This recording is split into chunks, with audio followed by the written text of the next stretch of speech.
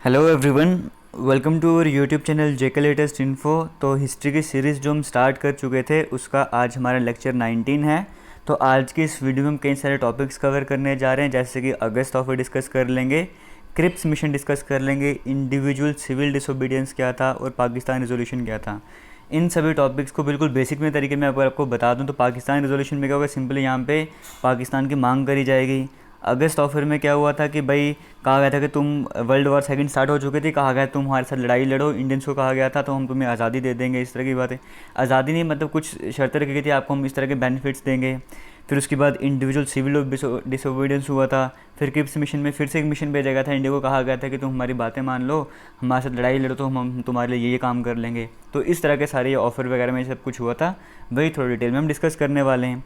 तो लेक्चर 19 आज, इससे पहले के सभी लेक्चर्स देखना चाहते हो हमारे इसी चैनल पे प्लेलिस्ट का सेक्शन मिलेगा आपको, वहाँ पे जाके हिस्ट्री की प्लेलिस्ट मिलेगी, इंडियन हिस्ट्री की, वहाँ पे जाके सारी वीडियोस देख सकते हो।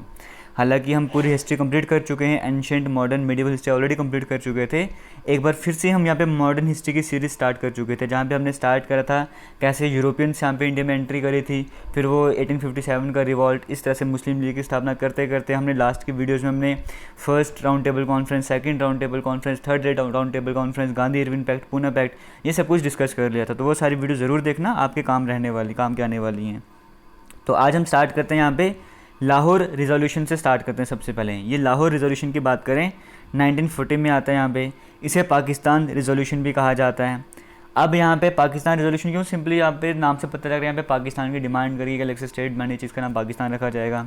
तो नाम पाकिस्तान की बात करें, पहली बार किसने प्रपोज़ करा था, चौधरी रहमत अली की बात करें, इनके द्वारा नाम जो है पहली बार पाकिस्तान नाम दिया गया था। एक्चुअली PAKSTAN नाम दिया गया था, बाद में नाम चेंज होकर पाकिस्तान बढ़ गया था। 1933 में जो है वो ये नाम प्रपोज करा गया था, चौधरी रहमत अली अपनी कैम्ब्रिज यूनिवर्सिटी में थे, अपने कोलीग्स के साथ एक नाम बनाया था, उसका नाम रखा गया था पाकिस्तान, और बाद में इसी की डिमांड करी जा रही थी। तो ये बेसिक फंड आपको समझ आ रहा होगा। ये सेशन लाहौर में हुआ था, तभी लाहौर रेजोल्यूशन कहा जाता है। जैसे हमने कहा सूरत स्प्लिट हुआ था, तो सूरत स्प्लिट कहाँ होता था, सूरत में हुआ था। पूना पैक्ट कहाँ होता, पूना में हुआ था। इसी तरीके से लाहौर सेशन ऑब्वियसली बात है कहाँ हुआ होगा, 1914 में लाहौर में हुआ होगा। तो 3 दिन का ये जनरल सेशन चला था लाहौर में, 22 से लेकर 24 मार्च 1940 तक ये सेशन चला था। यहाँ पे सिंपल क्या है, रेजोल्यूशन में कहा गया था कि इंडिपेंडेंट स्टेट की मांग करी गई थी कि पाकिस्तान एक अलग देश बनना चाहिए, इस तरह से मांग करी गई थी। ये रिजोल्यूशन जो बात करते हैं पाकिस्तान रिजोल्यूशन की, या फिर अगर हम बात करते हैं यहाँ पर लाहौर रिजोल्यूशन की, तो ये लिखा किसने था, इसमें पूरी डिटेल्स है, वो आप विकिपीडिया में सर्च कर सकते हो या फिर कहीं पे पढ़ सकते हो। इस रिजोल्यूशन को लिखा गया था, ये प्रिपेयर किया गया था मोहम्मद जफरुल्लाह खान के द्वारा। और ये रिजोल्यूशन प्रेजेंट किसने करा था, तब बंगाल के CM PM बोलो AK फजलुल हक, इन्होंने वहाँ पे प्रेजेंट करा था। और रिटर्न और प्रिपेयर्ड बाय किसके द्वारा करा गया था, वो आपके सामने स्क्रीन में है। और ये रिजोल्यूशन पास कब हुआ था, आपको बताया ना कि 22 से लेकर 24 मार्च तक ये सेशन चला था। तो 24 मार्च को जो ये रिजोल्यूशन जिसकी हम बात करते हैं पाकिस्तान रिजोल्यूशन या फिर लाहौर रिजोल्यूशन 1940, वो पास कर गया था 24 मार्च 1940 को। ये आपको समझ आ गया। इससे पहले आपको पता है अब हम आज़ादी की तरफ बढ़ रहे, 1947 की तरफ बढ़ रहे हैं। इसका मतलब क्या है कि अभी यहाँ पे इंडिया पाकिस्तान ने अलग भी होना है। वो बीच तो पहले ही बन चुके थे ना, जहाँ पे वो 1906 में मुस्लिम लीग की स्थापना हुई थी, फिर बाद में करते करते सेपरेट इलेक्टोरेट आया था, तो वहीं से होता हिंदू मुस्लिम अलग करने की बात करी जा रही थी। अब वो डिमांड भी उठ चुकी थी, तो ऑब्वियस ही बात है आज़ादी भी पास है, तो सब कुछ धीरे धीरे इनको अलग भी करना पड़ेगा। तो वो सब कुछ भी आपके सामने चलता जा रहा है। एक तरफ आज़ादी की लड़ाई हो रही है, एक तरफ अलग होने की लड़ाई भी यहाँ पर चल रही है। तो उसके बाद क्या होता है अगस्त ऑफर। अब अगस्त ऑफर की बात करें, 1940 में आता है अगस्त का महीना, यानी कि अगस्त ऑफर का मतलब क्या हो गया, अगस्त के महीने में एक ऑफर आया था, लिनलिथ गो ऑफर भी से कहा जाता है, क्योंकि उस टाइम पर जो वॉइसराय थे वो कौन थे, वो लिनलिथ गो जो थे वो उस टाइम वॉइसराय थे, इसलिए इस ऑफर को लिनलिथ गो ऑफर भी कहा जाता है। तब ब्रिटिश के प्राइम मिनिस्टर चेंज हो गए थे, जो कॉलिशन गवर्नमेंट अभी भी वही गवर्नमेंट थी जो हमने पहले डिस्कस करा था, बट अभी प्राइम मिनिस्टर नए आ गए थे। विंस्टन चर्चिल यहाँ पर जो है प्रधानमंत्री बन चुके थे ब्रिटेन के। अब यहाँ पे हुआ क्या था, सीन क्या हो गया था, यहाँ पे जो वायसराय की हमने बात की, लिनलिथ गो की बात करें, ये क्या करता है, ये डिक्लेयर करता है कि इंडिया जो है वो हमारे साथ लड़ाई करेगी। मतलब जर्मनी, आपको पता है वर्ल्ड वॉर 1939 में स्टार्ट हुआ था, सेकंड वाला, ठीक है। तो यहाँ पे डिक्लेयर कर देगा इस वायसराय के द्वारा कि इंडिया जो है वो हमारे साथ लड़ाई के लिए तैयार है, तो इंडिया हमारे साथ मिलकर जर्मनी को हराएगी। और इंडियंस की सलाह ली ही नहीं, इंडियंस जो लीडर्स उनके पूछा वगैरह है ही नहीं है, तो सीधा बोल देगी इंडियन हमारे साथ है, इंडियन हमारे साथ लड़ाई लड़ेंगे। जब ऐसा हुआ तो जो इंडियन के साथ काम वगैरह करते सबने रिज़ाइन करना स्टार्ट कर दिया, थोड़ा बहुत प्रोटेस्ट वगैरह भी हुआ था। तो इस तरह का जब सीन वगैरह वहाँ पर सामने हो तो एक ऑफर लेके आए इंडिया के लिए, इसे अगस्त ऑफर कहा जाता है। ये लेके कौन आया था, ये वायसराय की बात करें, लिनलिथ गो की बात करें, ये वायसराय ऑफर लेके आया था। तो 8 अगस्त 1940 को इंडिया के लिए एक ऑफर ले आता है, कुछ प्रपोजल्स लेकर आता है, जिसे अगस्त ऑफर कहा जाता है, जिसके बारे में पढ़ने वाले हैं।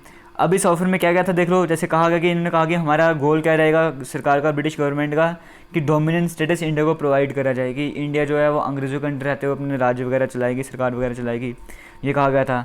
फिर कहा गया था कि नया कॉन्स्टिट्यूशन जो है वो रिस्पॉन्सिबिलिटी इंडियंस को दे देंगे कि इंडियंस अपना संविधान वगैरह बनाएं और माइनॉरिटीज़ को भी पावर दे देंगे।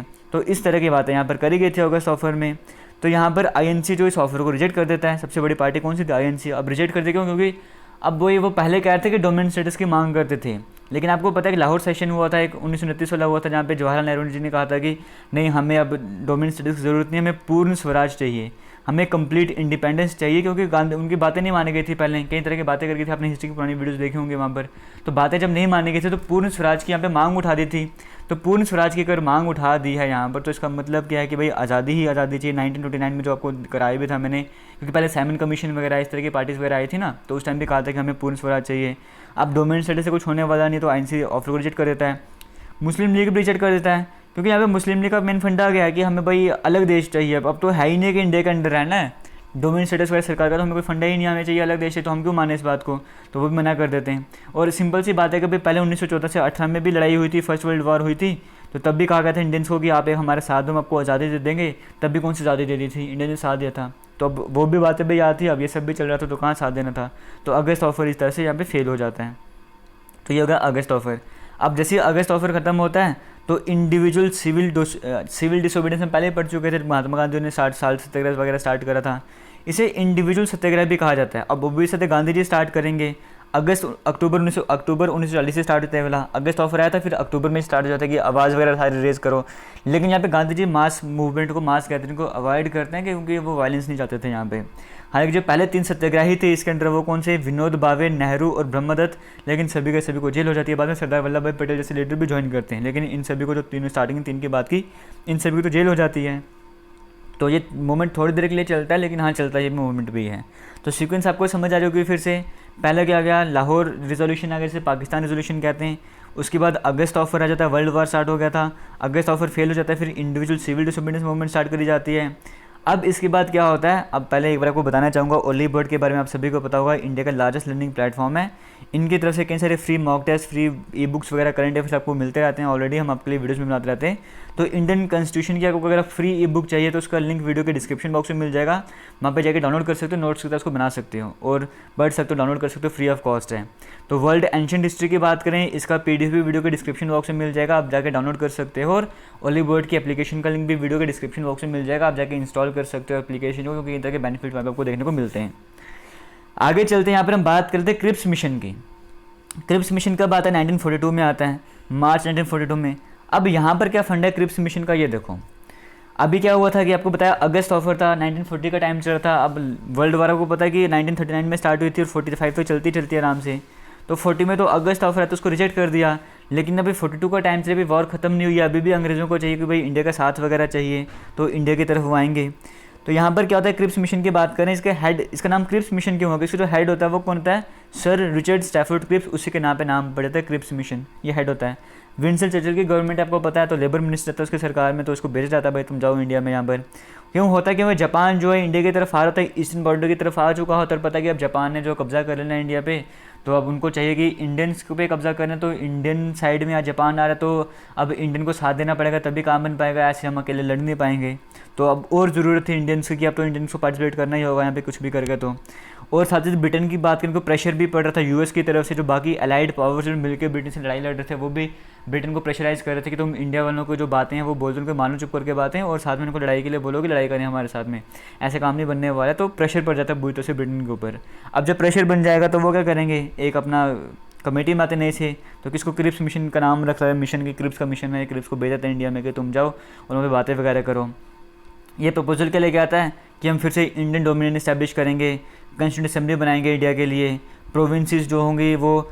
अब देखो जब हमने अगस्त ऑफर देखा था ना, अगस्त ऑफर में कुछ कंडीशंस रखी गई थी, वहाँ पे क्या कहा गया था कि ये होगा वो होगा, लेकिन फेल क्यों हो गया था, कहा गया था कि तुम हमारे से लड़ाई लड़ोगे ना, तो जब लड़ लोगे लड़ाई खत्म हो जाएगी, उसके बाद वो फैसिलिटीज़ आपको दी जाएंगी।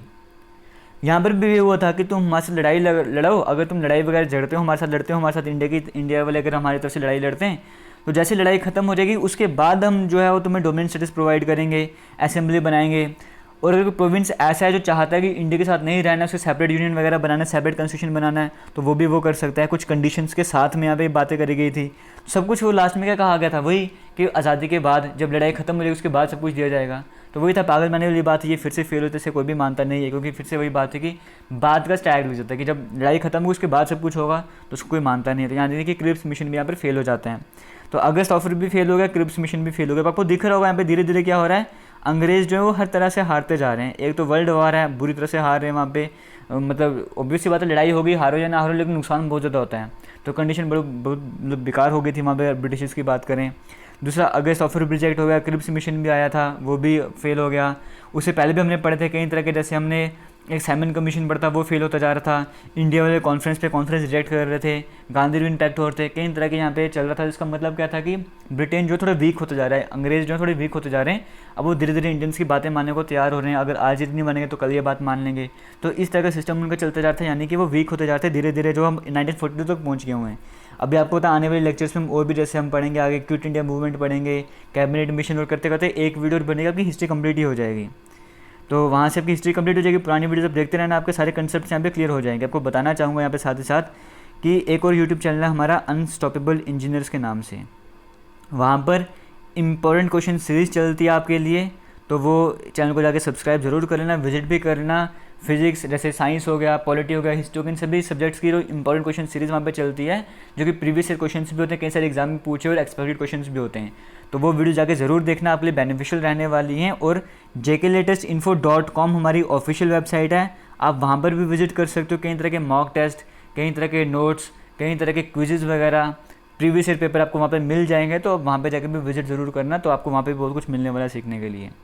किसी भी तरह का डाउट होगा आज की वीडियो में तो कमेंट सेक्शन में आप कमेंट करके पूछ सकते हो। थैंक यू, जय हिंद।